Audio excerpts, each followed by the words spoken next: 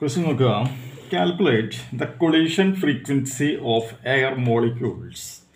If the number of molecules per centimeter cube is 3 into 10 raised to 19, the diameter of the molecule is 2 into 10 raised to minus 8 centimeter.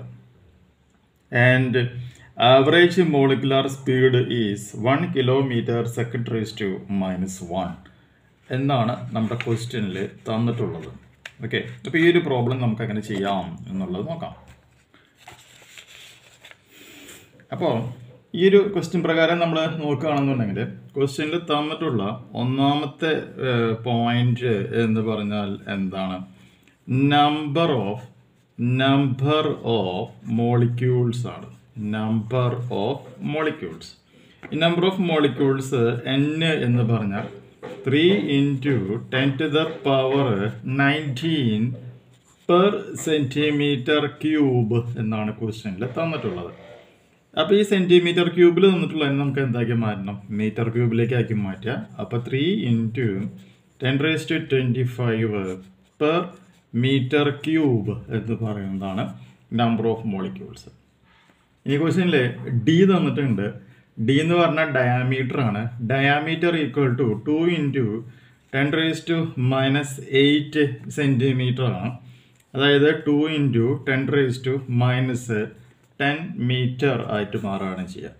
ഇനി velocity ക്വസ്റ്റ്യനിൽ വന്നിട്ടുണ്ട് 1 kilometre second raised to minus 1 ആണ് എന്ന് പറയുകയാണെങ്കിലത് 10 raised to 3 metre second raised to minus 1 എന്ന് നമുക്കതിനെ convert ചെയ്യാൻ പറ്റും. ഇനി ഇത് വെച്ചുകൊണ്ട് നമ്മൾ ആദ്യം കണ്ടെത്തണം മീൻ ഫ്രീ പാത്ത് കണ്ടെത്തണം.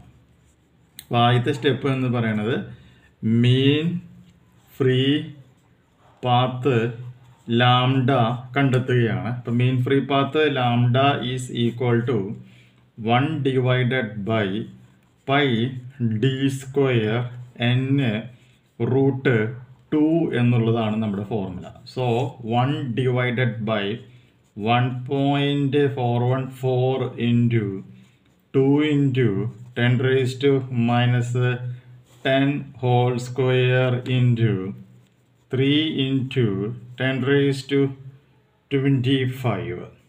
ഓക്കെ, സിംപ്ലിഫൈ ചെയ്യുമ്പോൾ ലാംഡ കിട്ടുന്ന വാല്യൂ എന്ന് പറയുന്നത് 1.876 into 10 raised to minus 7 metre എന്നുള്ളതാണ് നമുക്ക് കിട്ടുക. അപ്പോൾ lambda equal to 1.876 into 10 raised to minus 7 metre. അങ്ങനെയാണെങ്കിൽ മീൻ കൊളീഷൻ ഫ്രീക്വൻസി ആണ് ക്വസ്റ്റ്യനിൽ കാണുവാനായിട്ട് പറഞ്ഞിട്ടുള്ളത് അല്ലേ. സോ കൊളീഷൻ ഫ്രീക്വൻസി എഫ് എന്ന് പറഞ്ഞാൽ 1 by മീൻ ഫ്രീ പാത്താണ്.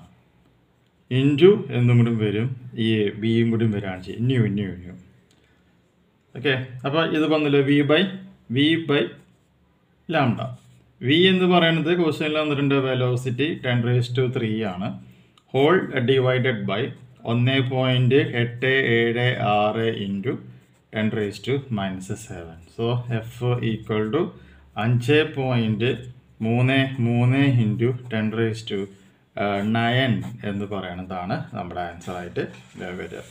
സോ ഓപ്ഷൻസിലേക്ക് നമ്മൾ നോക്കുകയാണ് എന്നുണ്ടെങ്കിൽ 5.33 into 10 raised to plus 9 എന്ന് പറയുന്നതാണ് ഇവിടുത്തെ ആൻസറായിട്ട് മാറുന്നത്. ഓക്കെ, അപ്പോൾ ഈ ഒരു പ്രോബ്ലം ചെയ്ത് പ്രാക്ടീസ് ചെയ്യുക. അടുത്ത വീഡിയോയിൽ മറ്റൊരു പ്രോബ്ലം ഡിസ്കസ് ചെയ്യാം.